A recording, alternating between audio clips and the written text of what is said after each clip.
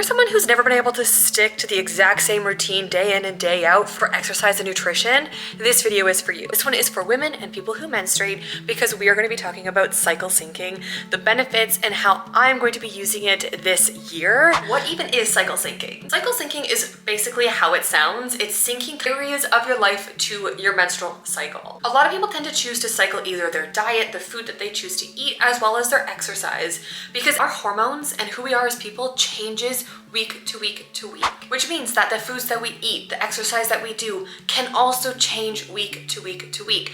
None of this, I'm going to be at 1,200 calories every single day for 6 months and hopefully I'll hit my goal. Or eating the exact same prepped meal every single week because it takes it off your mind, but you don't actually want to eat it because it doesn't taste good and your body craves different things depending on which phase of the cycle you are in. 3 benefits of cycle syncing are being more energized, feeling more balanced and having less mood swings, and making your workouts more effective and actually seeing the results from it. So just as a quick reminder, if you don't know, the 4 phases of your menstrual cycle include the menstrual phase, which is when you're actually bleeding. So it starts on day 1, and then most menstrual phases can last from 3 to 7 days, depending on your cycle. Next is the follicular phase, and this phase can last about 7 to 10 days, depending on when your menstrual cycle ends.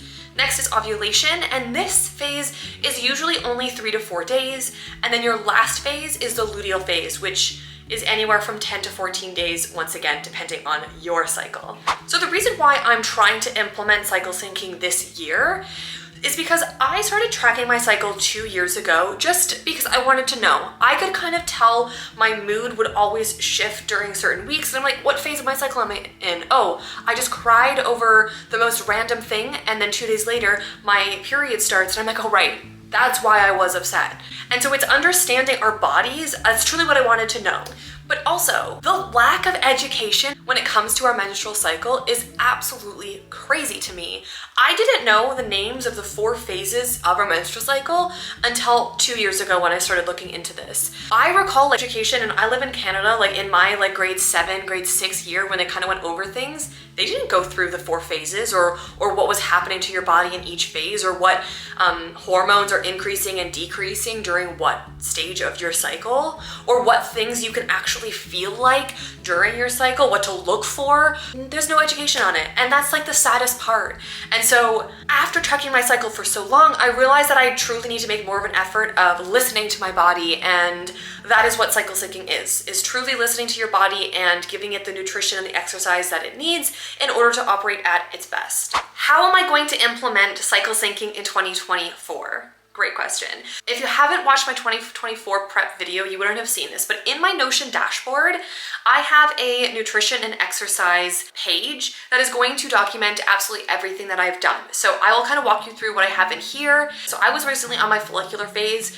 Recording this now, I'm in my ovulation phase, so everything is sunshine rainbows that I feel like I have so much energy. And I've been making a handful of recipes that use ingredients that are beneficial to the follicular phase. So as you can see here, we're gonna go through each phase and what foods I wanna eat in each phase and what exercise I'm going to implement in each phase. And I will point this out right now. I am not an expert, okay? I am just a curious human being that menstruates, that decided to go down this rabbit hole. And I will document my journey. So in a month, I'll let you know how I'm doing, and 3 months, 6 months, and then the rest of the year, we'll see how it goes.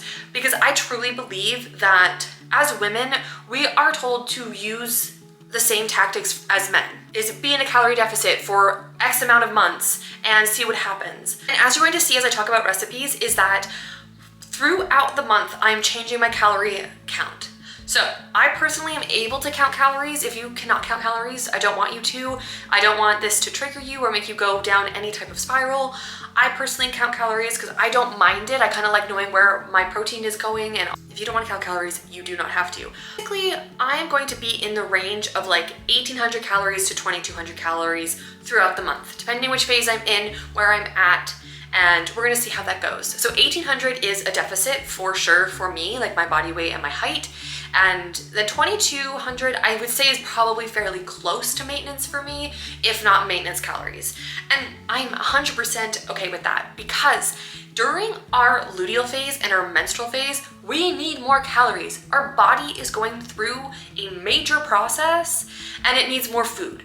And also, if you're like me, during the last few days before my next cycle starts, so the end of the luteal phase going into your next menstrual phase, I am a bottomless pit. I can literally eat anything and everything, even if my stomach is screaming at me that I'm full, my brain is like, eat more. And that's when I rummage through the pantry, the fridge. I will just consume. But I'm gonna walk you through each phase in my tracker. So up first, menstrual phase. So my exercise goal for this phase is to do walking, kind of flexibility, stretching exercises, really just minimal baby yoga, something that's quite relaxing. You don't want to stress your body out during this phase. You just have to kind of exist through it. I will also point out that during my menstrual cycle, I don't have extremely painful periods. I've never had that, and I'm very privileged in that, but they're obviously uncomfortable. It's definitely uncomfortable, but it's never been extremely painful or debilitating. So if you are in that phase, this might not resonate with you. I also have a step goal. I have my good, my better, and my best. So that, you know what, on the days where I literally am cocooned in a ball, I could probably hit 3,000 steps if I just did a quick walk around the living room twice a day. Just do a really quick 10-minute walk around the living room. It could be really slow, it doesn't matter, but I could probably hit that goal. And then if I have more energy, let's try to hit 5,000. I'm trying to give myself ranges and the ability to listen to my body, because there are going to be days where I will cocoon in my bed doing nothing. I call those burrito days. Next is food. So I'm going to be completely honest with you here. I Googled foods to eat during your menstrual phase, and this is what came up. There are a lot of graphics. There's a lot of different things. Some of these things will overlap with other phases of your cycle, but I kind of took fruits, vegetables, and meats that you can eat during these phases. You can take what you want from this. You can do your own research, but this is kind of what I found. Almonds, sunflower, pumpkin seeds. Almonds, great to snack on, and then sunflower and pumpkin seeds are great to just add into a salad, or you can even add them into a smoothie and just blend them up. Next, banana and kiwis. Those are great fruits. I always have bananas. I don't really actually buy kiwis, so that would be something new to add in. Next, I have broccoli, sweet potato, and mushrooms. Sweet potatoes are the best. Okay, I love sweet potatoes. But I did actually make this kind of sweet potato hash, and it was so good. For food, black beans, red meat, and fish or chickpeas. And the biggest thing that I wanted to, as I go through this, is that these are just food items, and then I'm gonna slowly start implementing different recipes that include these things in it. So as of right now, I can add in broccoli as a side, and that'll be okay with me. Eventually, I'll get to a point where the recipes come easy, where the grocery shopping becomes easy, but I am at the beginning phase, so this will take some time to accumulate the habit of focusing on which meals to eat when. But this is just kind of a general look at the plan. As you can see here, I started making recipe lists, so things that I can eat during my menstrual phase, and then links to websites that have the recipe, so that it's really easy for me when it's getting close to my menstrual cycle. I can quickly make a grocery list, head to the store. I know what I'm already getting because I have the recipes here. Next, we go into the follicular phase. During your follicular phase, your estrogen is rising, so you have more energy. That's why this phase for exercise is cardio, even strength training. This is the phase where you probably realize you can actually lift a lot more than normal. And then 2 weeks later in your luteal phase, where you can't lift as much. And you're probably like, what the heck? Well, I just lifted this 2 weeks ago. How could I not have the same strength as I did 2 weeks ago?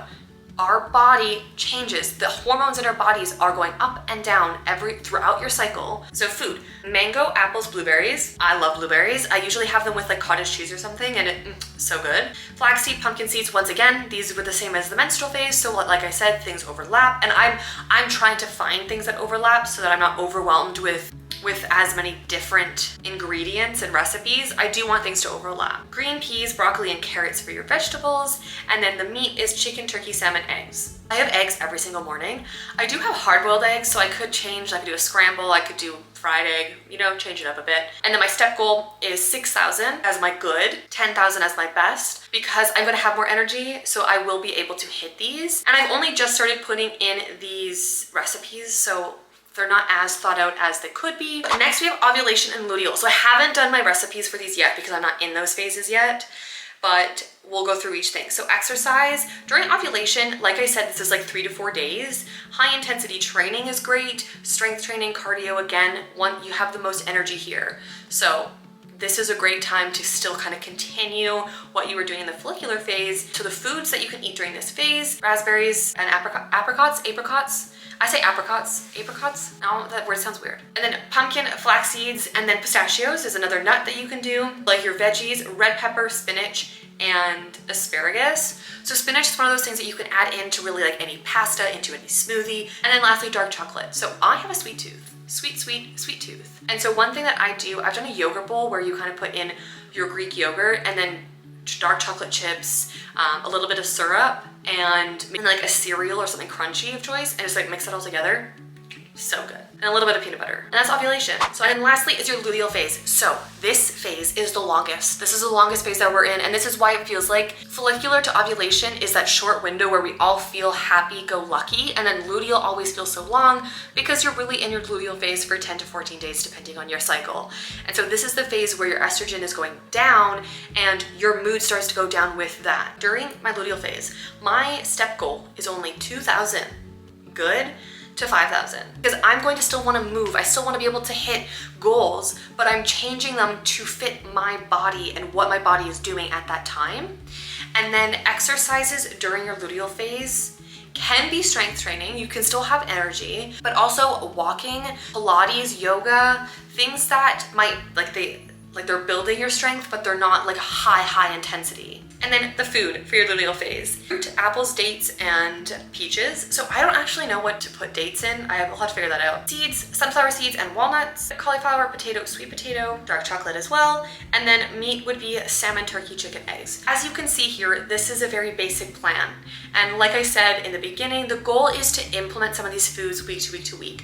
I am not going to be perfect. I'm not going to be like, oh, it's day 8. I'm in follicular, must eat this, this, and this, throw everything else out. That's not how this is gonna go. Having this Notion page planned out here is merely just a guide to be like, okay, let's be aware of where we're at, why we're feeling the way we're feeling, and adjust our food and exercise week to week to week. That's the plan.